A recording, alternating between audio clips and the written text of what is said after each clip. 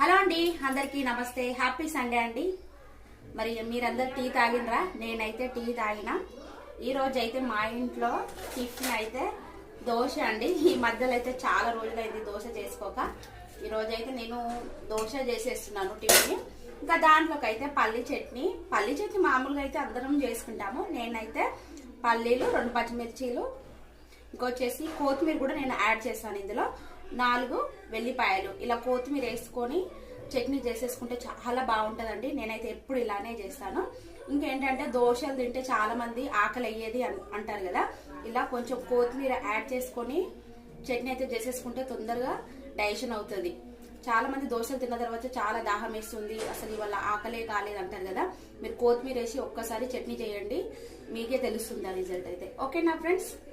మరి నేనైతే ఈరోజు పల్లి చట్నీని కొత్తిమీర చేసేస్తున్నాను. మా